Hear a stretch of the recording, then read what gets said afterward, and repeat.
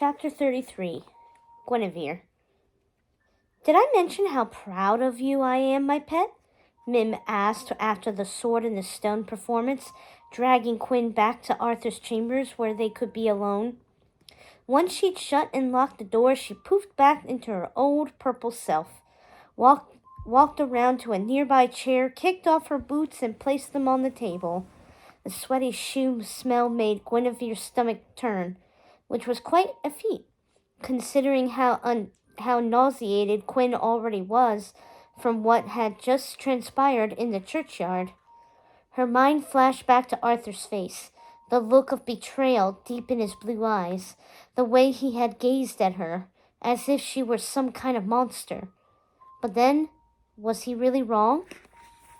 Because of her, he was about to lose everything, including his life. What monster could do worse than that? This is what you were planning from the start, wasn't it, Mother?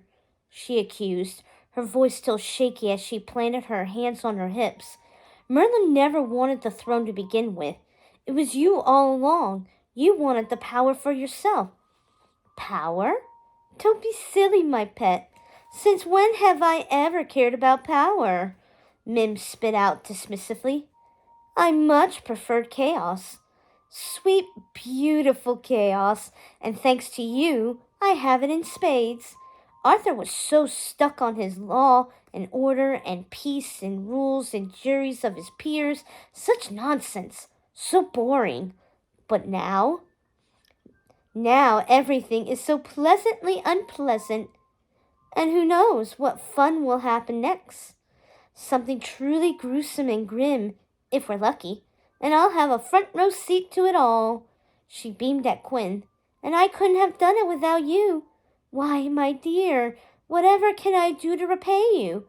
Do you want a pony? I remember when you were little, all you wanted was a cute little polka-dotted pony.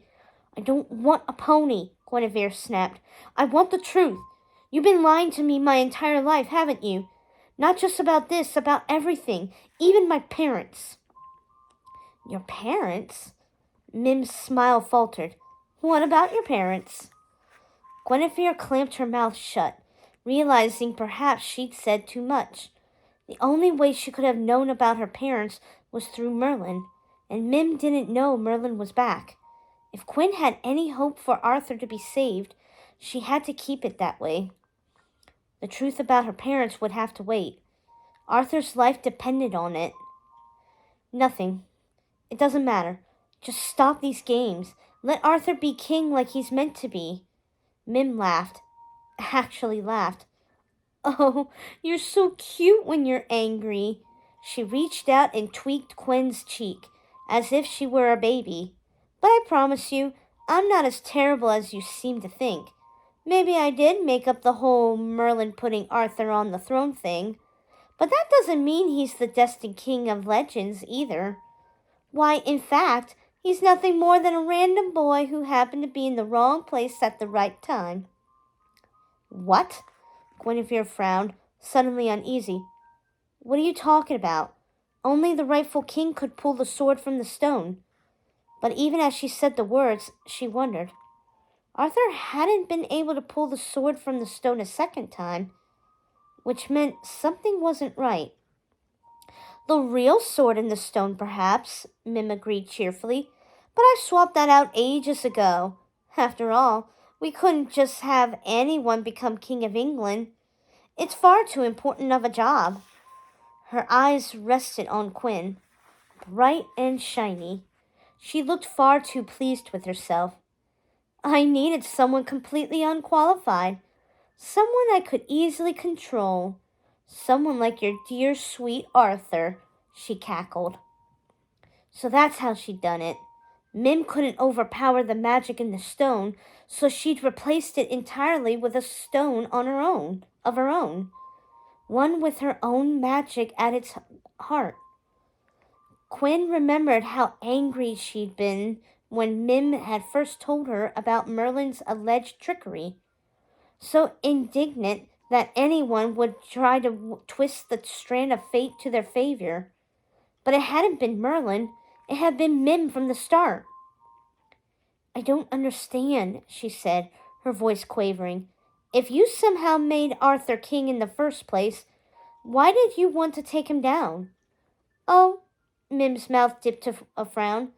Well, that was a bit of a miscalculation, you see.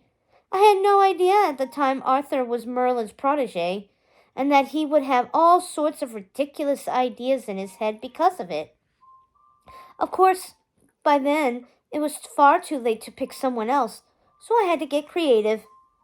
Guinevere squeezed her hands into fists. Creative? You tried to kill him. I did nothing of the sort, Mim blustered, looking offended. He could have happily lived out his life as a giant slug. Slugs can live about 6 years, you know, and they can have up to 27,000 teeth. Imagine all the lovely dinners you could chew up with those. Why, it would have been a quite pleasant existence for the lad, if you ask me. He should have been thanking me for the privilege, Mother! But evidently, you couldn't accept that. So you took him away from the castle, not me, which left a glaring vacancy on the throne of England. I mean, what was I supposed to do if not waltz into the place and stand in for him to keep things going in his absence? In fact, no one batted an eye, even when I ripped up that ridiculous treaty with the Saxons, she giggled and sighed. Of course, I was worried at first that you wouldn't come back either. I would have missed you dreadfully, you know. No one to play cards with or dance with. It would have been so sad. But now you're back, and everything is as it should be, or will be anyway, once we rid ourselves of that pesky little sparrow for good. Guinevere drew in a shaky breath, her heart aching in her chest. This was all her fault, and Arthur would never forgive her for it.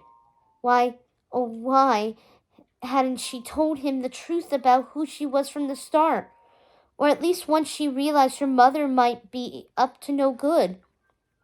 It would have been hard for him to take, but at least the words coming from her own mouth could be seen as confession rather than a betrayal. Instead, she kept silent, too afraid of what he might think, hoping her dark secret would stay buried forever. But secrets always came out in the end. She should have known that. So about that pony, Mim added cheerfully, purple spots or pink? I told you, I don't want a pony, Gwen shot back, her voice cracking on the words. I don't want anything from you ever again. Oh, fine, Mim rolled her eyes. Be glum and gloomy if you must, but I won't let you rain on my parade. I'm still your mother, and I'm grounding you until your attitude improves. What? Guinevere startled. What do you mean, grounding me? Mim raised her hand in Quinn's direction and muttered something under her breath. Quinn felt a tug inside of her, like something was being yanked out. She clutched her stomach, confused. What are you doing? She demanded. It's for your own good, Mim declared, standing on her tiptoes to kiss Guinevere's cheek. Goodbye, my darling. I love you, and I'll see you soon. And with that, she flounced towards the door, stepped out, and slammed it shut behind her. A moment later, Quinn heard a loud click. Mim had locked her in. Chapter 34. Guinevere looked around the room, her heart pounding. For a moment, she felt paralyzed in place. Then she sprang into action, running to the window, the same window she'd come through as a bird to rescue Arthur from life as a slug. Not now her only possible escape.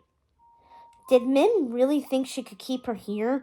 That Quinn wouldn't just shapeshift and fly away?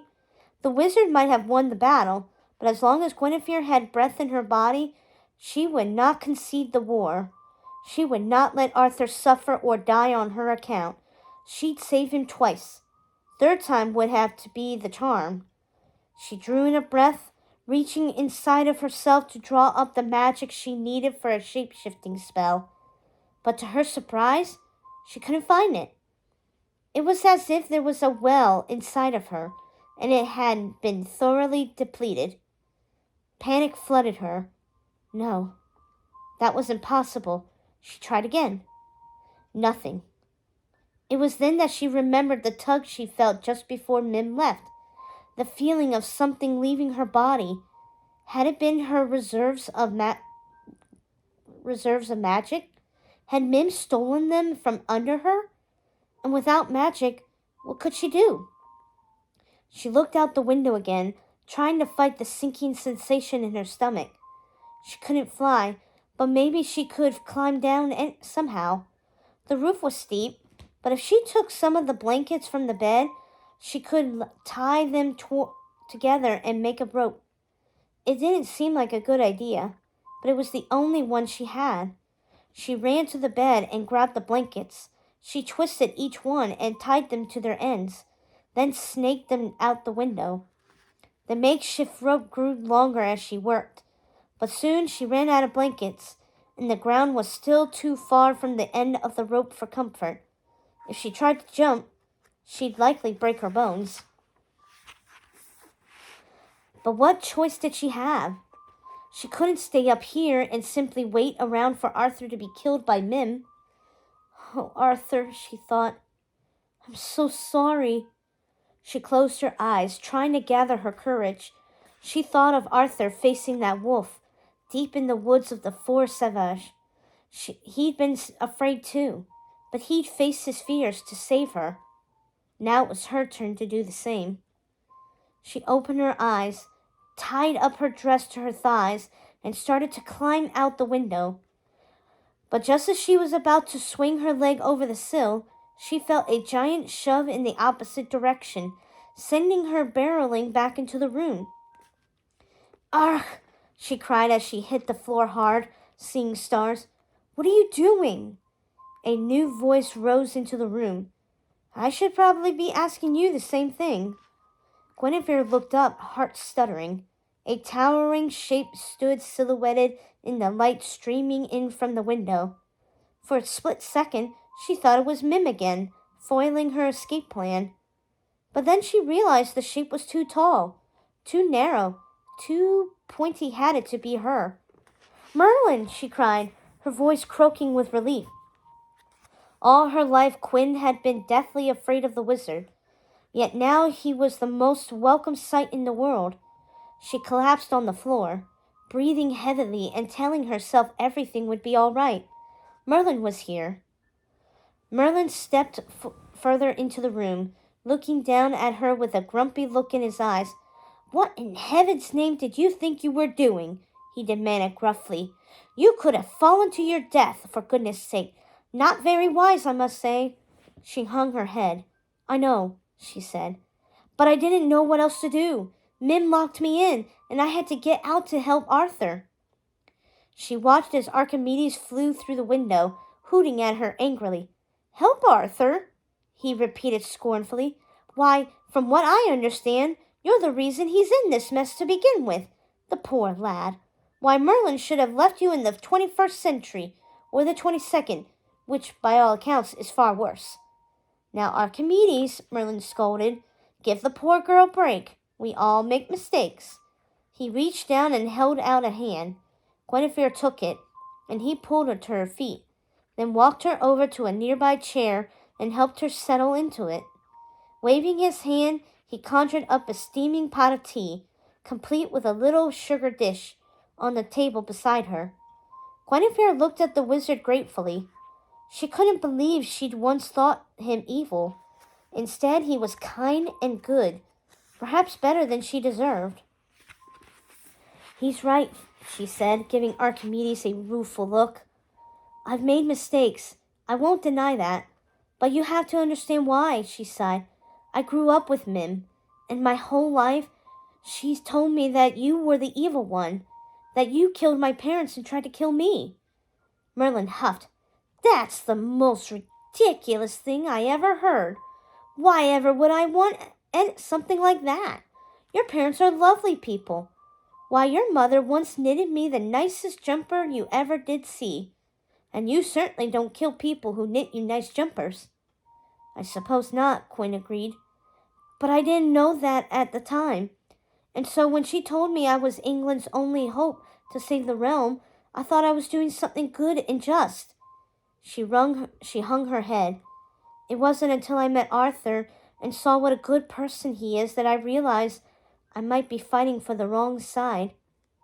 Brilliant conclusion, Archimedes hooted. Too bad you didn't think of it sooner. Now, Archimedes, Merlin scolded the owl again. Let's not be rude.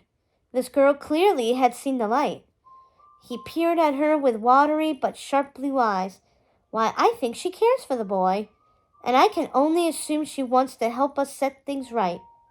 I do care about Arthur, Quinn admitted, and I don't want anything but bad to happen to him.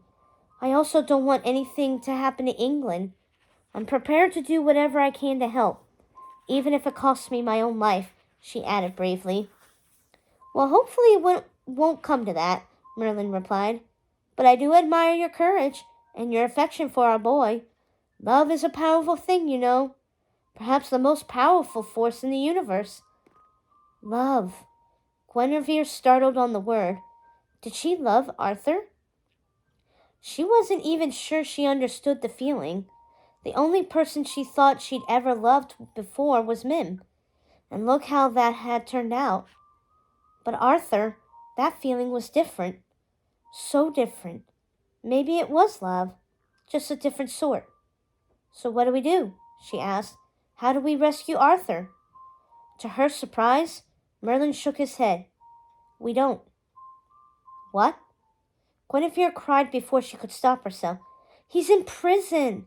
Mim sentenced him to death for treason. He's to be killed in the morning. Yes, I am well aware, Merlin said, pacing the room. But if we simply go rescue him, we'll be right back exactly where we started. Otherwise, I would have saved him in the churchyard, but it wouldn't have done any good. Except, of course, Arthur wouldn't be in prison, she ventured. So that'd be good, right? Yes, of course. But don't worry, it's only temporary, and I promise you, that sorceress won't be able to harm a hair on his head, Merlin assured her impatiently. But in the meantime, we must find a way to expose Mim's treachery to the people. That's the only way to be rid of her for good. How do we do that? Archimedes hooted. He was hoping you'd know. That's why we're here. Me? She blinked, surprised. Merlin nodded vigorously. After all, you grew up with the woman. You know her better than anyone else. If anyone knows a weakness, it would be you. She frowned. That made sense, of course. But what was Mim's weakness? She never thought about that before. Mim had always seemed so strong, so powerful. Is there something she cared about? Merlin pressed. Something that would upset her to lose? Or startle her? Or scare her even? I'm not sure, Guinevere mumbled, hating the look of disappointment that followed her words. Archimedes huffed and fluffed his feathers. I told you this was a mistake, he muttered. No, Gwyn cried. I can't help. I'm sure I can. Just... She thought hard fast. Why don't I go back to Mim's cottage, she suggested, her words coming in a rush. She might have left something there, something we can use. She has diaries, too. She's always kept them in her room. Maybe there's some clue there. Merlin stroked his beard. Yes, he agreed. That sounds very practical, except for the fact that the cottage is quite far away. Sure, I can zap you to the Forest Sauvage, but it will take you a very long time to get back again. Time we don't have. Actually, it won't, Guinevere corrected. Mim poofed our cottage to the outskirts of town just before Arthur became king. Now it's not far at all, she thought for a moment. Do you know where the well is just outside of town? If you can get me there, I can make it the rest of the way on my own. I can certainly do that, Merlin agreed, looking relieved. And while you're gone, I will go see the boy. He's got to be terrified at this point, and I don't want him to think we've abandoned him. And what about me? Archimedes asked. Merlin smiled. Don't worry, I have an important errand for you, he told the bird. But first, let's get our girl on her way. He waved his hand, reciting the magic words. Guinevere drew in a breath, preparing herself for another teleportation. She hoped this one wouldn't leave her with a huge headache. Still, she supposed, even that would be better than climbing down a tower holding onto nothing but blankets. Good luck, Archimedes chirped just as Arthur was about to finish his spell. Don't fail us. I won't, she thought as she poofed into thin air, and she meant it too. Maybe more than anything else in her life. This was her one chance to make things right. She wasn't about to waste it. Chapter 35. Arthur. Arthur paced his small dungeon cell, his stomach churning with unease. He'd lost track of how long he'd been stuck here. There were no windows to give him any clues. The place smelt like overripe fruit, and there was nowhere to sit down except the cold, hard floor. There wasn't even a bed. Just a thin pile of straw in the corner, probably covered in fleas.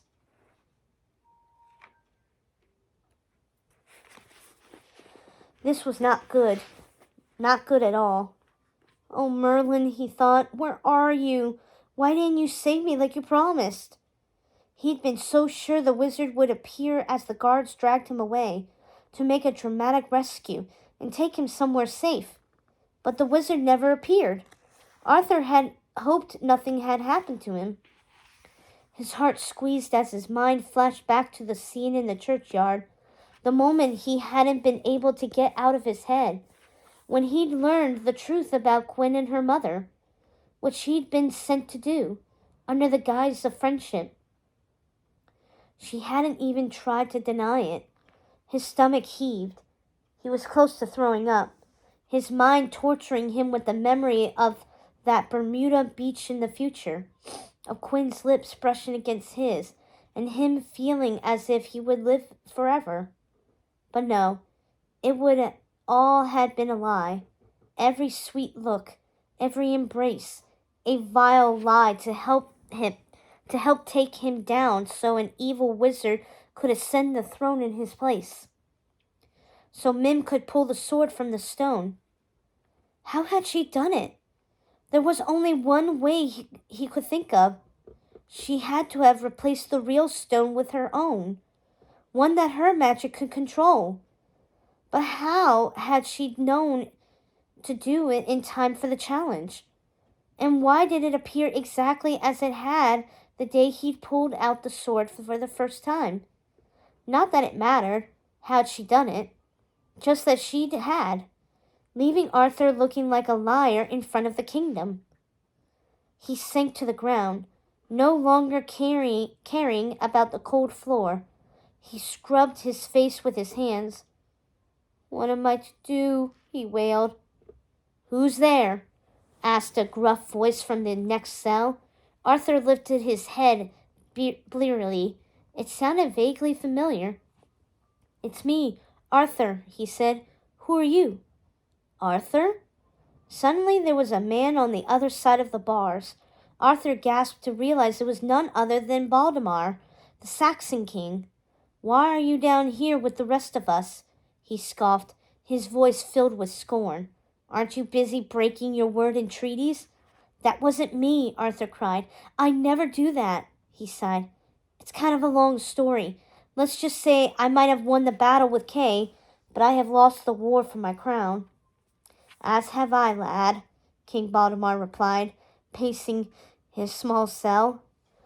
I'm told they're to execute me tomorrow, which is fine, I suppose. I don't want to go home anyway.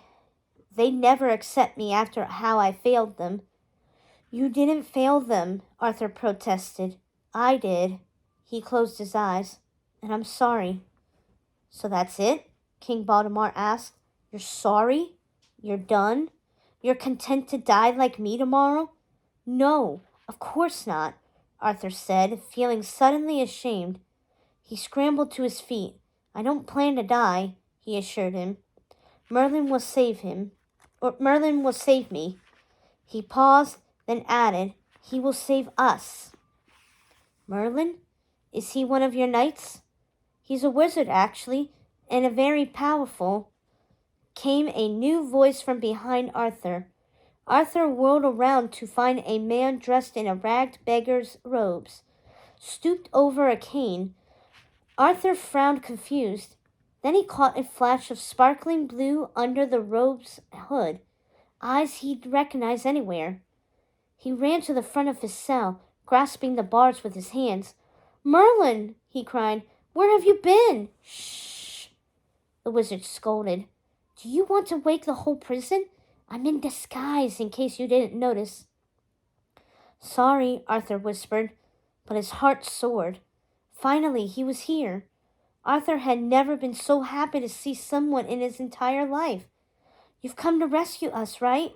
he asked, gesturing to the Saxon king. His heart beat fast. But to his surprise, the wizard only shook his head. Arthur's heart stuttered. "You mean you can only rescue me?" he asked, tossing an apologetic look at the Saxon king. "Actually, I can't rescue anyone, at least not at the moment." "What?" Arthur let go of the bars. "What do you mean you can't rescue anyone? Turn me into a mouse like you did in Bermuda, or a squirrel, or a bird even. Just something small enough to let me slip through these bars and escape. It'll be easy," he added, hating the desperation he heard in his voice. "Just use your magic." "Sorry, I suppose I misspoke," Merlin said, clearing his throat. "Yes, I could stage a magical rescue. I certainly have the powers to do so, but I'm choosing not to." "This is your big hero?" The Saxon king raised an eyebrow. "I don't understand," Arthur said, ignoring him. "Don't you care that I'm about to die?" "Of course I do," Merlin huffed, looking a bit offended. "And I never let anything happen to you. You must know that. You just need to have a little patience. After all, a magical rescue now will solve nothing. You'll just be arrested again, and we'll be back where we started.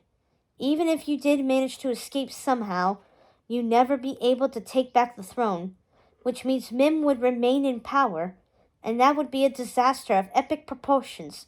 No." Merlin shook his head, his beard waving from side to side. "We must be smart about this. We can't act rashly.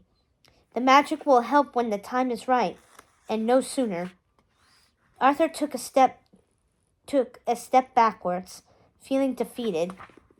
He didn't want to admit Merlin was right, but his words made an unfortunate amount of sense. "So what's the plan?" he asked.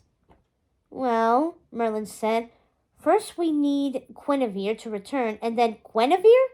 Arthur interrupted. "You can't trust her. She betrayed me. She was on Mim's side from the start." "From the start, yes," Merlin agreed amicably. "But I have reason to believe she changed." "Bah!" Arthur spit out, pacing his cell. He didn't want to admit to Merlin how much Guinevere had hurt him. He was sure the wizard could never understand. "I don't want her help." "If you want to live, you do," Merlin scolded. "Didn't you learn anything from our lesson?" Arthur sighed, leaning against the side of his cell, the fight going out of him. "Which one?" he asked, feeling exhausted. Merlin rolled his eyes. "The one about love, of course. How love is the most powerful force on earth." "Love?" Arthur glanced over at the wizard, his heart thudding. "What about love?" Even as he asked, his mind flashed back to the lesson in question. The time Merlin had turned them into squirrels, and he'd met a red-headed girl squirrel who'd started chasing him around the tree. At first, he'd found her incredibly irritating, but in the end, she'd saved his life because she loved him. "That love business is a powerful thing," Merlin had said. Arthur's head shot up. "Does Guinevere love me?" he asked, his voice hoarse. Merlin burst out laughing. "Of course she does, silly boy. You'd have to be blind not to see it." "Wow," he said, feeling his head spin. "I had no idea. Guinevere made some mistakes, yes, but she's always had good intentions, and she truly does want to help, which is lucky for us since she's the only one in the right position to do so." He shook his head. Arthur sighed. This is all such a mess. Sometimes I wish I never pulled the sword from the stone to begin with. Then none of this would have happened. And then some glod like Kay would have been our king after the tournament, Merlin reminded him. That wouldn't have been ideal either, if you think about it. He brushed a spider off his beard. If only we had democracy. But I suppose that won't be introduced here for hundreds of years. Democracy? Arthur repeated doubtfully. What's that? Oh, Merlin waved a hand. It's a government they have in the future. People get to choose their leaders by voting for them.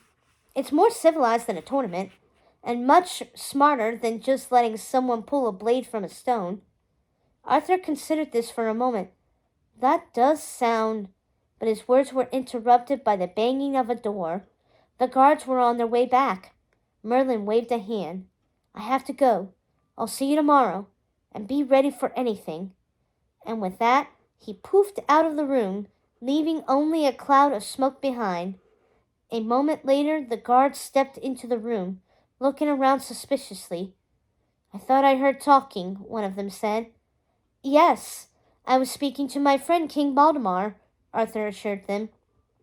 We were having a lovely conversation on the joys of love, the king added cheerfully. He beamed at the guards. Has either of you two ever been in love? The guards looked at one another and grunted, then stormed out of the room again. Arthur glanced over at King Baldemar and smiled. He smiled back.